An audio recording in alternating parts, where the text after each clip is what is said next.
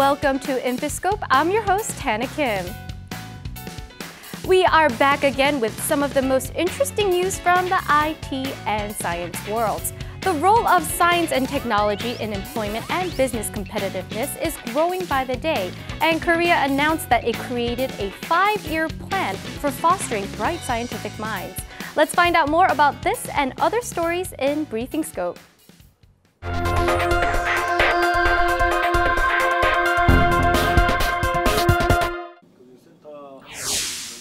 The government will embark on a 5-year plan to boost the number of science and technology-oriented experts from the current 400,000 to 2.2 million by 2020.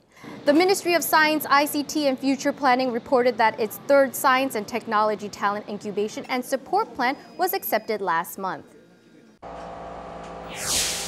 4 new elements discovered by American, Russian, and Japanese scientists have been added to the periodic table.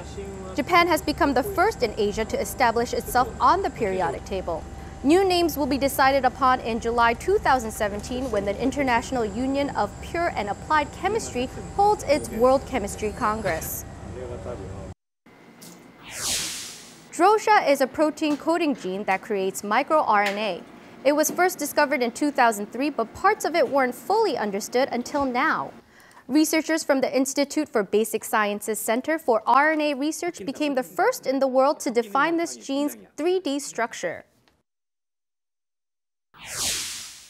Korean researchers have developed a key material that can lead to higher stability of smartphone batteries. This material is made up of ceramic-type solid oxide electrolytes that could replace flammable liquid electrolytes, which pose the danger of exploding or burning up. The researchers are aiming to commercialize lithium-ion batteries featuring the new material in 5 years. There have been numerous cases of smartphone batteries blowing up, so it is great to hear about this new, safer material.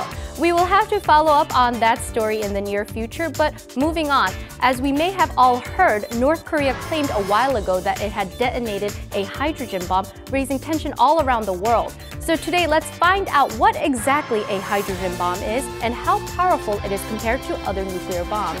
Here's Industry Inside.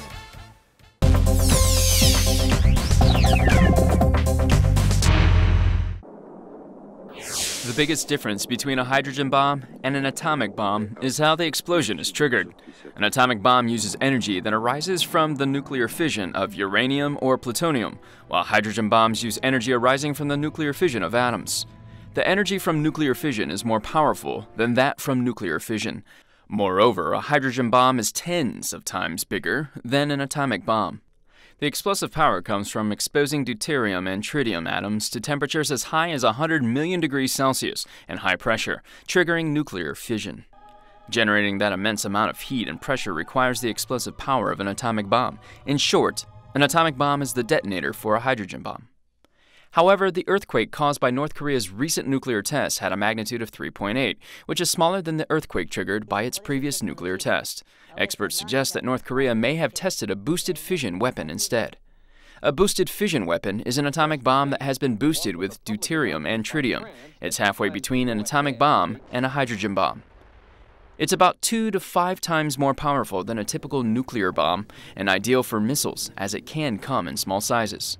Nuclear-armed countries have conducted hydrogen bomb tests in deserts and oceans due to the bomb's overwhelming power. However, as North Korea claimed that it conducted its recent test in Punggye, North Hamgyeongbuk-do province, it is still unclear as to what exactly was tested. In-depth examinations and investigations are required.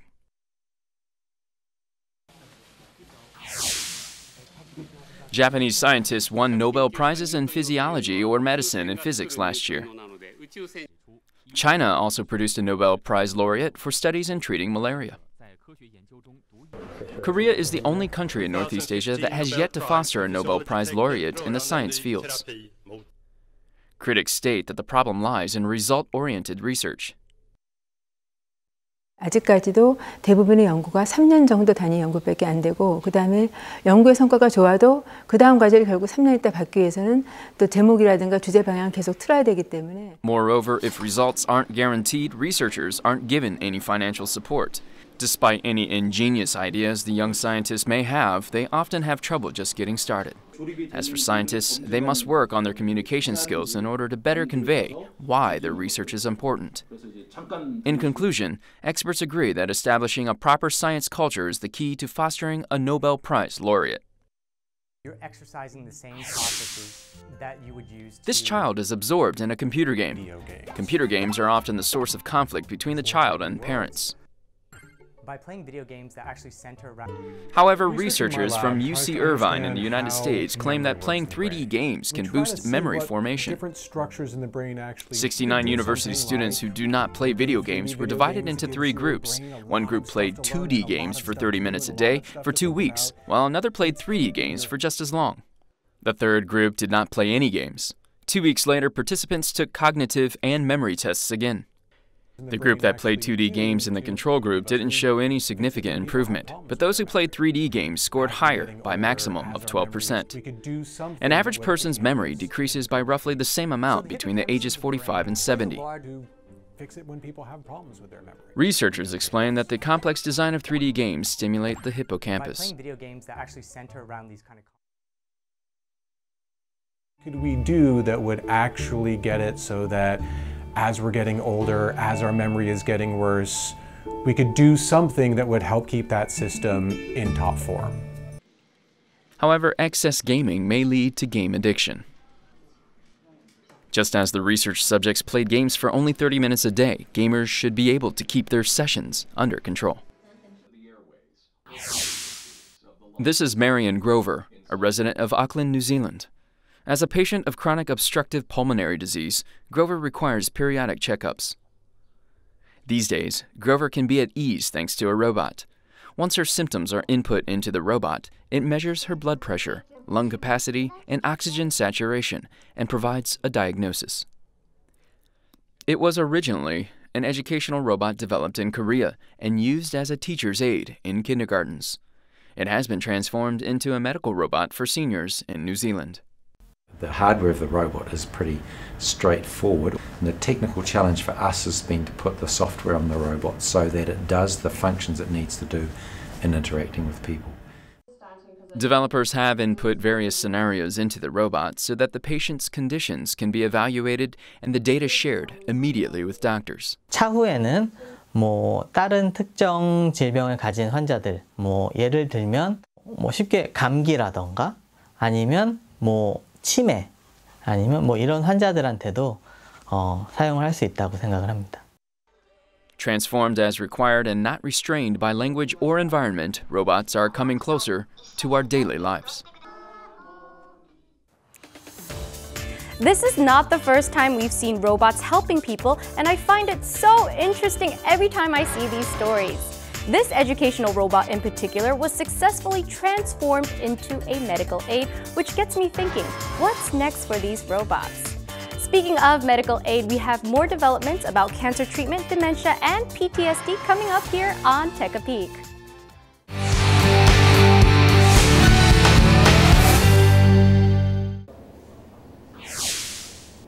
Beer is made by fermenting barley or wheat.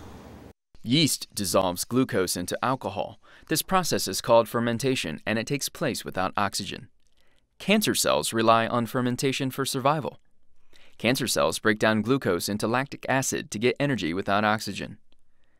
This is unlike regular cells, which use oxygen to gain energy. This method yields more energy, but a lot of oxygen is needed for energy synthesis. Cancer cells go for the less costly route. They also use the byproducts of fermentation as building materials.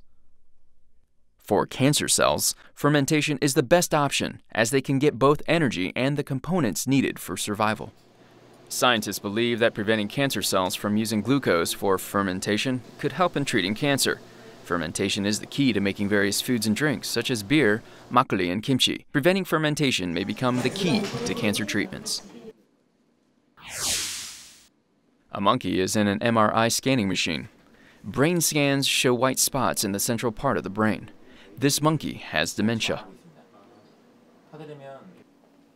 The brains of humans and monkeys are anatomically similar, so monkeys often serve as the subject of research on human brain disorders. Currently, researchers are studying monkeys with dementia, stroke, or Parkinson's disease. They have plans to develop a monkey model that can pass on genes for dementia to its offspring. 약을 개발하는 데 있어서는 유전자를 타겟으로 하기 때문에 형질전환 질환 모델 원숭이가 매우 중요합니다.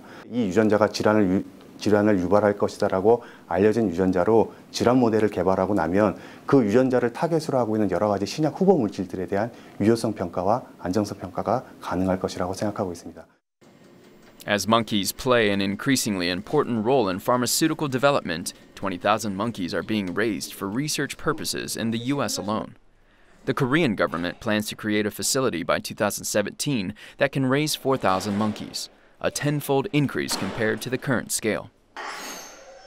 Monkeys share about 98% of human DNA and have long been considered to be skillful and clever. They now play an important role in the fight against human diseases. When a person encounters open combat like war, a terrorist attack, or a natural disaster, he or she faces an immense amount of stress. This form of stress differs from daily stress and is not easily overcome. Left untreated, it can lead to a drop in memory and cognitive functions and give rise to anxiety or fear attacks. This is all part of what is known as post-traumatic stress disorder, or PTSD. Korean researchers have come up with a way to reclaim the cognitive functions damaged by PTSD, and it involves a hormone called oxytocin. Oxytocin is generated in the brain and is produced significantly during childbirth or breastfeeding.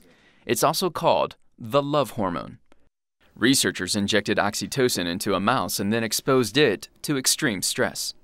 In order to evaluate how much of its cognitive functions were restored, the mouse was put into a water maze. It found its way just as quickly as the control. 실험에서는 기억 능력이 어떻게 되는지를 측정하였고요. 그래서 옥시토신을 투여한 동물은 이러한 기억 능력이 정상으로 회복되었습니다. The researchers also found out that administering oxytocin through the nose was more effective than standard injections, as the oxytocin could be passed straight to the brain. This research is expected to help the development of PTSD treatments using oxytocin.